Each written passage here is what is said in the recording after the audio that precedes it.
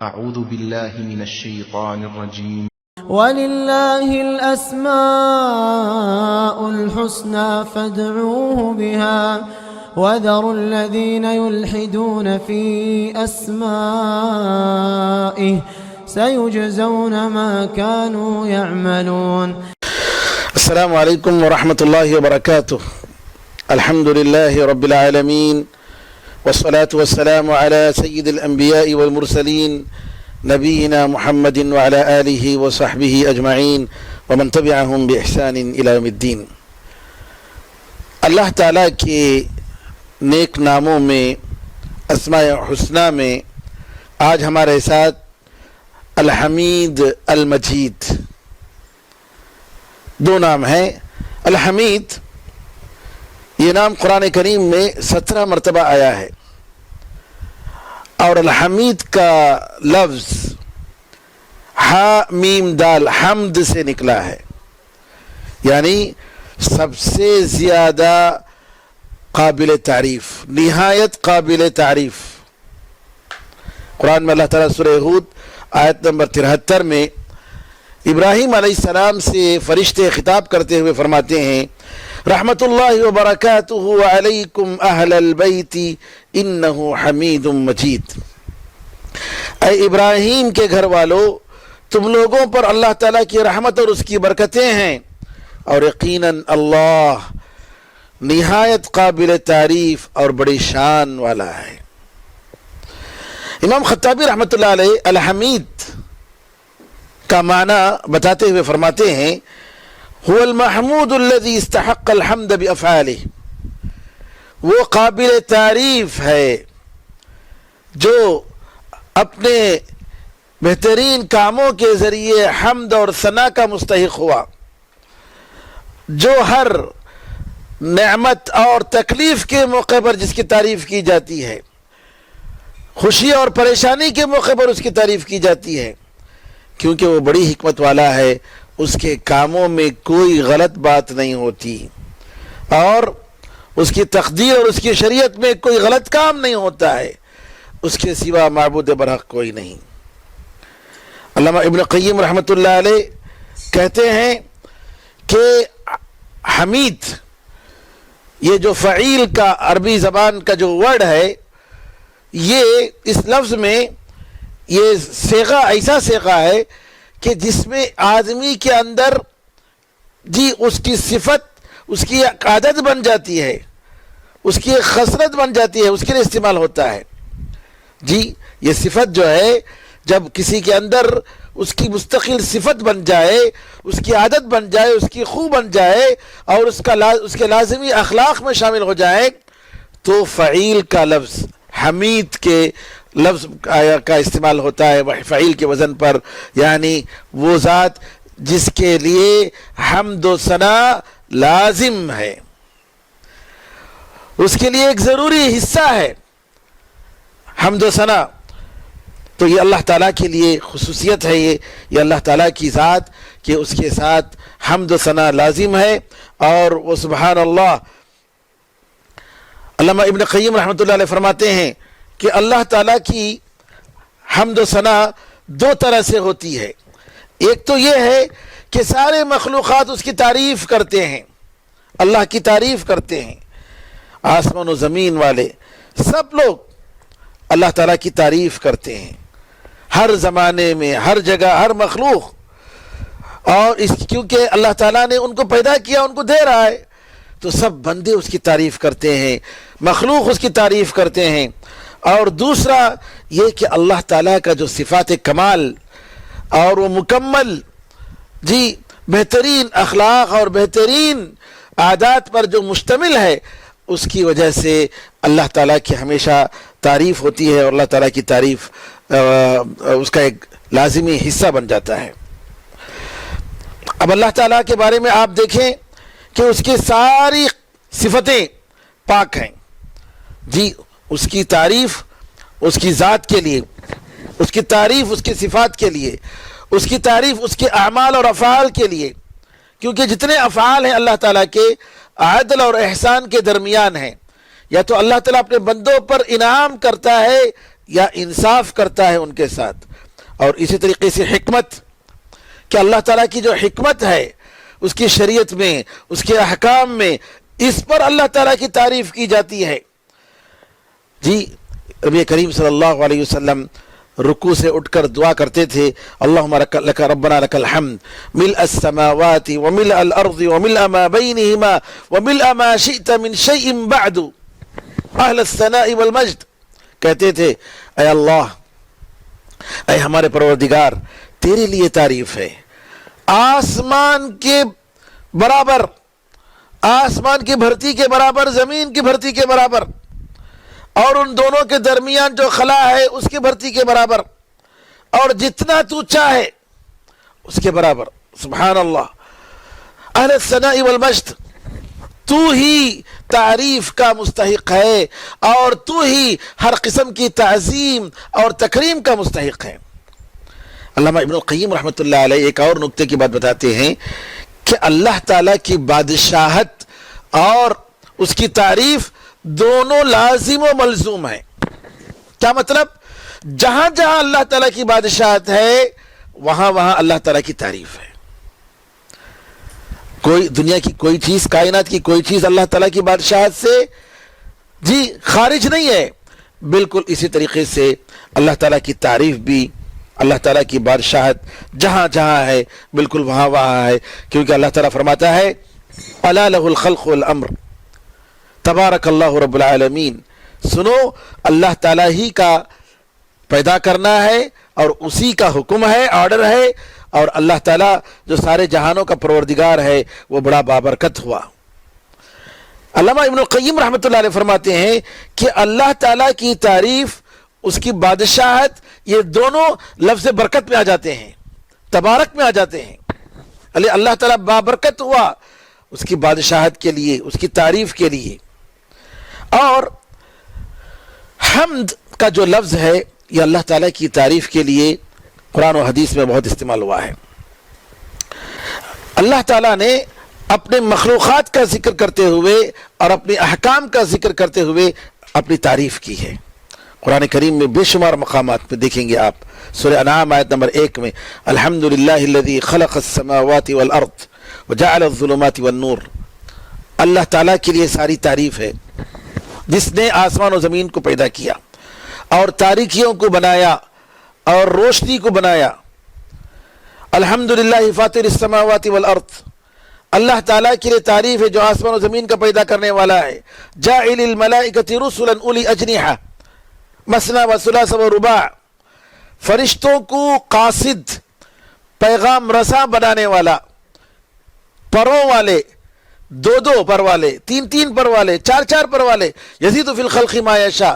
اپنے مخلوق میں جتنا چاہے وہ اضافہ کرتا ہے. ان اللہ علی کل شیء قدیر. بے شک اللہ تعالیٰ جس چیز جو چاہتا ہے اس پر وہ پوری طاقت رکھتا ہے.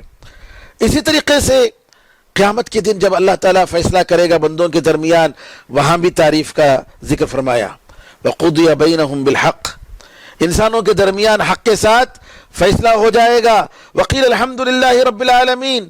اور کہا جائے گا اللہ کے لیے ساری تعریف ہے جو سارے جہانوں کا پروردگار ہے. ایک اور نکتے کی بات یہ ہے کہ کلمہ حمد اور شکر میں فرق ہے. شکر نعمت پر ہوتی ہے، کسی کے احسان پر ہوتا ہے، لیکن حمد نعمت پر بھی ہوتی ہے، نعمت کے بغیر بھی ہوتی ہے. ہمیشہ ہمیشہ اللہ کی تعریف، چاہے وہ دے یا نہ دے اللہ کی تعریف ہے. چاہے وہ خوش کرے چاہے وہ غم میں مبتلا کرے اللہ کی تعریف ہے. الحمدللہ الحمدللہ، ہر حالت میں الحمدللہ. حدیث میں آتا ہے، ابو موسیٰ اشعری رضی اللہ عنہ فرماتے ہیں کہ نبی کریم صلی اللہ علیہ وسلم نے فرمایا کہ جب بندے کا کوئی بچہ انتقال کر جاتا ہے، مر جاتا ہے، تو اللہ تعالیٰ فرشتوں سے کہتا ہے تم لوگوں نے میرے بندے کے بچے کی جان لے لی؟ فرشتے کہتے ہیں ہاں. تو اللہ تعالیٰ کہتا ہے تم نے اس کے دل کے ٹکڑے کی جان لے لی ہے؟ تو کہتے ہیں ہاں. تو اللہ تعالیٰ کہتا ہے میرے بندے نے کیا کہا؟ یعنی اس کے بچے کی وفات پر میرے بندے نے کیا کہا؟ تو فرشتے کہتے ہیں اے اللہ اس نے تیری تعریف کی، الحمدللہ کہا اور انا للہ و انا الیہ راجعون پڑھا. تو اللہ تعالیٰ کہتا ہے میرے بندے کے لیے ایک گھر بنا دو جنت میں اور اس کا نام بیت الحمد رکھو. کیا مطلب؟ تعریف کا گھر. یعنی مصیبت کے موقع پر بھی الحمدللہ، جیسا کہ الحمدللہ علی کل حال، ہر حالت میں اللہ کی تعریف ہے. امام ترمذی نے اس حدیث کو روایت کی اور انہوں نے ابن حجر اور علامہ البانی رحمۃ اللہ علیہ نے اس حدیث کو حسن قرار دیا. یعنی حدیث مقبول کی دوسری کیٹیگری جو ہوتی ہے حسن، حدیث حسن، وہ رتبہ انہوں نے دیا ہے. آئیے اللہ تعالیٰ کا ذکر حمد کے ساتھ، اس کی کتنی بڑی فضیلت ہے. آج ہم اتنی باتیں کرتے ہیں، دنیا بھر کی باتیں، جی اللہ اکبر، اگر ہمارا ریکارڈ کھول دیا جائے تو بھرا ہوا ہوگا. سوال یہ ہے کہ کیا کبھی ہم الحمدللہ کہتے ہیں بات کرتے ہوئے؟ اللہ کی تعریف ہم کرتے ہیں؟ اور حدیث میں آتا ہے کہ اگر کسی جگہ ہم بیٹھ کر بات کریں، ہم کیا بیٹھ کر کیا آج کل فون میں باتیں کرتے رہتے ہیں، ٹیلی فون میں باتیں ہوتی رہتی ہیں، گرچہ کہ ایک جگہ بیٹھا ہوا نہیں ہے لیکن مختلف جگہوں پر لوگ بیٹھے ہوتے ہیں، میٹنگیں چلتی رہتی ہیں. سوال یہ ہے کہ کیا ان نشستوں میں اللہ کی تعریف ہوتی ہے؟ حدیث میں آتا ہے کہ اگر لوگ آپس میں بات کریں بیٹھ کر اور اللہ کی تعریف نہ کریں اور نبی کریم صلی اللہ علیہ وسلم پر درود نہ بھیجیں تو ان کا بیٹھنا قیامت کے دن حسرت کا سبب بنے گا. حسرت کریں گے، افسوس کریں گے. اور بعض روایتوں میں آتا ہے کہ جب یہ لوگ بیٹھ کر اٹھتے ہیں اللہ کی تعریف کیے بغیر، نبی کریم صلی اللہ علیہ وسلم پر درود بھیجے بغیر، تو گویا مردہ گدھے کا گوشت کھا کر اٹھ رہے ہیں. نعوذ باللہ. مردہ گدھے کا گوشت کوئی پسند کرے گا؟ نعوذ باللہ من ذالک. نبی کریم صلی اللہ علیہ وسلم نے فرمایا کہ گویا یہ لوگ مردہ گدھے کا گوشت کھا کر اٹھے ہیں. آج ہماری کتنی محفلیں ایسی ہوتی ہیں. ذرا سنیے، الحمدللہ کہنے سے کوئی آپ کا پیسے خرچ نہیں ہو جاتا، آپ کا کوئی پسینہ نکل نہیں جاتا. الحمدللہ، لیکن اس کی کتنی بڑی فضیلت ہے دیکھیے. اور اسی لیے اللہ تعالیٰ نے قرآن میں کئی جگہ قل الحمدللہ وسلام علی عبادہ الذین اصطفیٰ، کہہ دیجیے اللہ کی تعریف ہے اور ان بندوں پر سلامتی ہے جن کو اللہ نے چن لیا ہے. وقل الحمدللہ الذی لم یتخذ ولدا ولم یکن له شریک فی الملک، کہہ دیجیے اللہ کی ساری تعریف ہے جس نے کسی کو بیٹا نہیں بنایا اور جس نے بادشاہت میں کسی کو شریک نہیں بنایا. جی اس طریقے سے حدیثوں میں نبی کریم صلی اللہ علیہ وسلم فرماتے ہیں الطہور شطر الایمان، پاکی صفائی آدھا ایمان ہے. والحمدللہ تملأ المیزان، الحمدللہ کہنا قیامت کے دن نیکیوں کے پلڑے کو بھر دیتا ہے.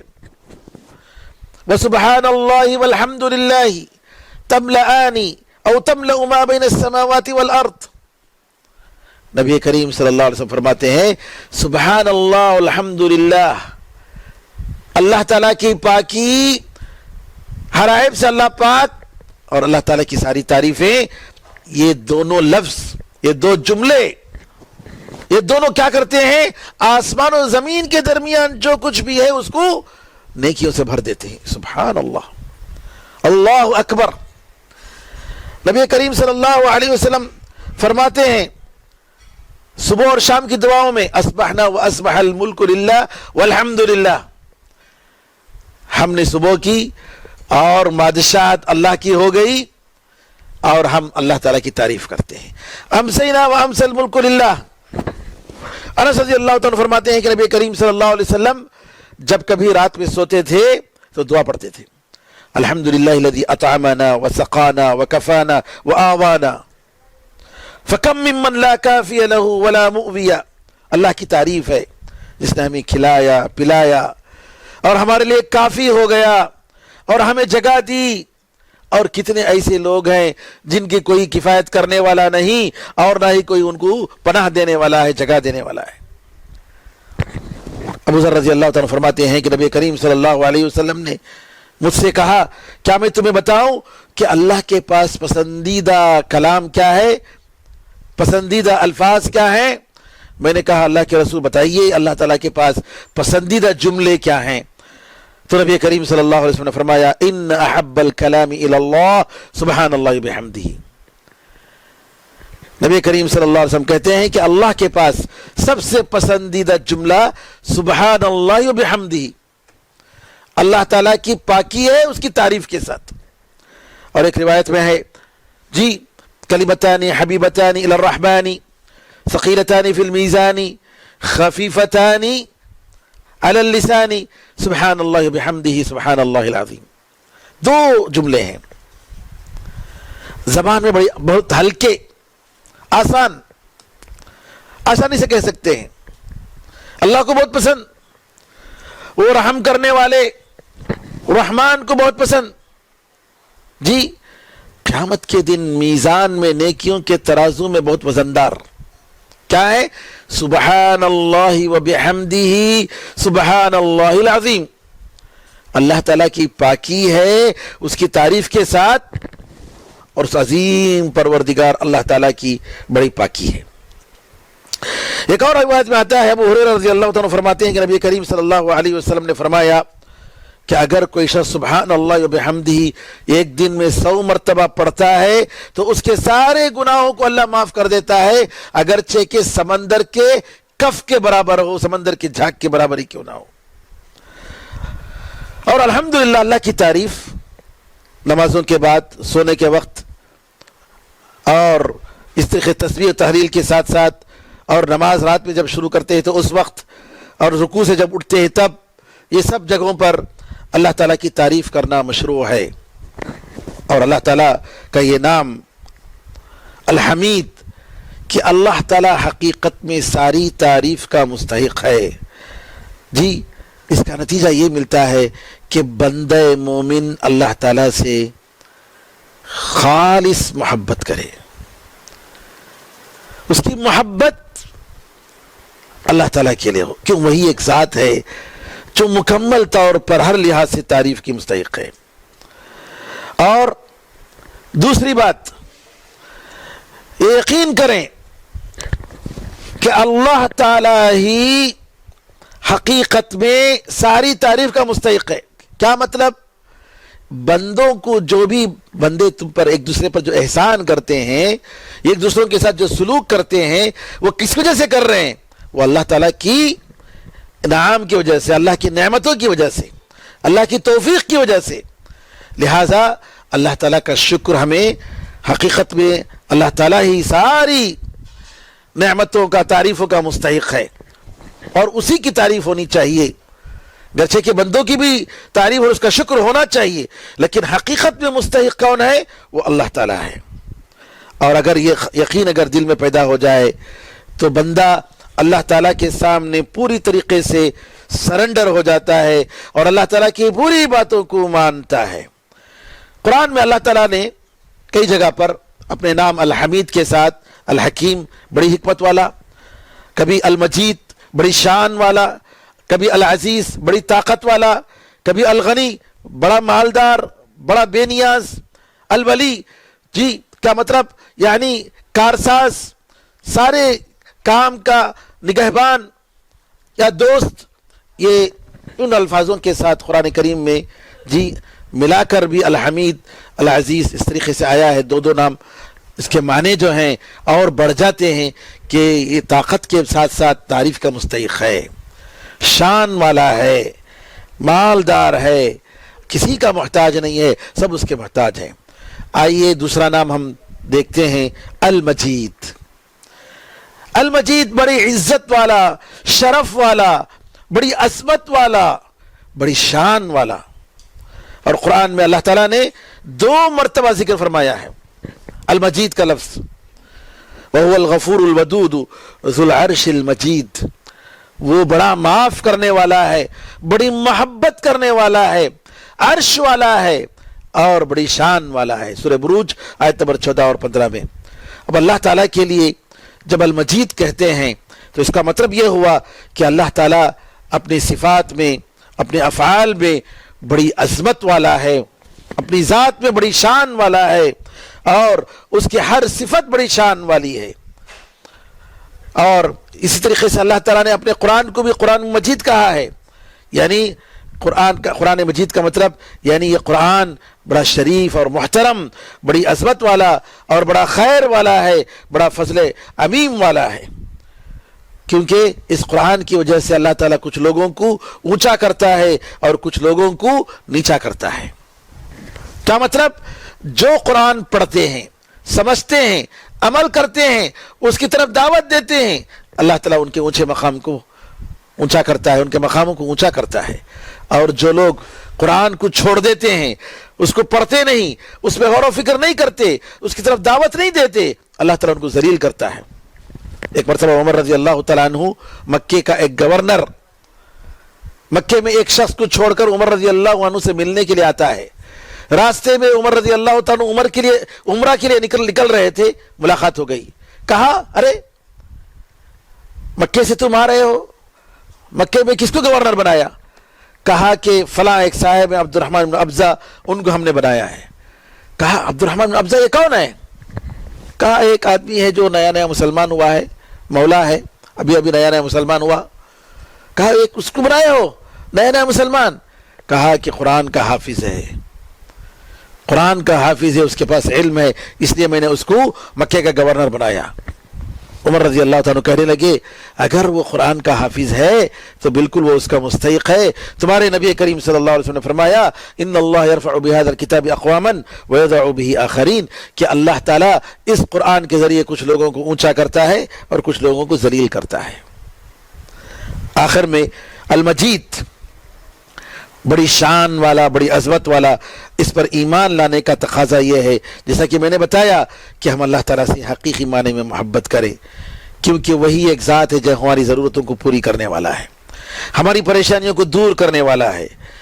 بندوں اور مخلوقات سے ان پر بھروسہ کرنے سے ہم دور ہو جائیں، اللہ پر بھروسہ کریں، اور اللہ تعالیٰ کے اس نام پر ایمان لانے کا تقاضا یہ ہے کہ ہمیشہ ہمیشہ اللہ تعالیٰ کی ہم تعظیم کرتے رہیں، اس کی تسبیح پڑھتے رہیں، ظاہر و باطن میں اللہ تعالیٰ کا ہم شکر ادا کرتے رہیں، اس کی تعریف کرتے رہیں، اور آخر میں تیسرا یہ ہے کہ اللہ تعالیٰ کے پاس قربت حاصل کرنے کی کوشش کریں۔ اور اللہ تعالیٰ کی قربت اس عظیم مرتبے والے، اس عظمت والے، بڑی شان والے کے پاس قربت کیسے ملے گی؟ تقوی اور پرہیزگاری سے ملے گی۔ قرآن میں اللہ تعالیٰ فرماتا ہے، ان اکرمکم عند اللہ اتقاکم، اللہ تعالیٰ کے پاس تم میں سب سے بہترین عزت والا کون ہے؟ جو سب سے زیادہ اللہ سے ڈرنے والا ہے۔ کسی خاندان میں، مسلمان خاندان میں پیدا ہو جانے سے آدمی اللہ کی نظر میں محترم نہیں ہو جاتا۔ اہل حدیث خاندان میں پیدا ہو جانے سے آدمی اللہ تعالیٰ کی نظر میں محترم نہیں ہو جاتا۔ حدیث میں آتا ہے، من بطأ به عمله لم يسرع به نسبه، اگر کسی کا عمل پیچھے کر دے تو اس کا خاندان اس کو آگے نہیں بڑھائے گا، بلکہ جو آگے بڑھائے گا اس کا عمل ہے، اس کا نیک عمل ہے، اس کا تقوی ہے، اس کی پرہیزگاری ہے۔ بزرگوں، میرے بھائیوں، اسلامی بہنوں، دنیا کی لذتیں سب ختم ہونے والی ہیں، چند لمحوں کی ہیں، چند سیکنڈوں کی ہیں۔ حقیقت میں لذت و احترام اور مقام وہ ہے، وہ عزت دینے والا ہے، وہ ذلت دینے والا ہے، وہ نیک لوگوں کو عزت دیتا ہے، وہ برے لوگوں کو ذلیل کرتا ہے۔ یہ اللہ تعالیٰ کی شان ہے۔ اللہ سے دعا ہے کہ اللہ تعالیٰ ہمیں اس کی اطاعت و فرما برداری کے ذریعے ہمیں عزت عطا فرمائے، اور اللہ تعالیٰ اس کے احکام کو بجا لانے کی ہمیں توفیق عطا فرمائے، ہمیں لا الہ الا اللہ کہتے ہوئے اس دنیا سے رخصت ہونے کی توفیق عطا فرمائے، ہمارے گناہوں کو معاف فرمائے، جلد از جلد اس دنیا سے اس بلا کو، وبا کو اللہ تعالیٰ دور فرمائے۔ آمین یا ارحم الراحمین، والحمد للہ رب العالمین، وصلی اللہ وسلم علی نبینا محمد وعلی آلہ وصحبہ اجمعین۔ سبحانک اللہم وبحمدک، اشہد ان لا الہ الا انت، استغفرک و اتوب الیک۔ یہ کفارۃ المجلس ہے، اس میں بھی حمد ہے، جی اس میں بھی حمد ہے، اس میں بھی اللہ کی تعریف ہے۔ اور حدیث میں آتا ہے کہ اگر لوگ بیٹھ کر کسی بھی جگہ بیٹھ کر یہ دعا پڑھ کر اٹھتے ہیں، اگر اچھا عمل کرتے ہیں تو اس اچھے عمل پر مہر لگ جاتا ہے، اس اچھے عمل پر یہ آخری عمل مہر کے طور پر لگ جاتا ہے. اور اگر ان کی باتوں میں غلطیاں ہوئی، ان کی باتوں میں غلطیاں ہوئی، غیبت ہوئی، تو اس کا یہ کفارہ بن جاتا ہے مجلس کا. لہٰذا اس کو ہمیں پڑھتے رہنا چاہیے. ہماری مجلسوں میں جہاں کہیں بیٹھیں بات کرنے کے لیے اٹھیں تو پڑھتے رہنا چاہیے. اللہ سے دعا ہے کہ اللہ تعالی ہم سب کو حسن عمل کی توفیق عطا فرمائے. السلام علیکم ورحمۃ اللہ وبرکاتہ.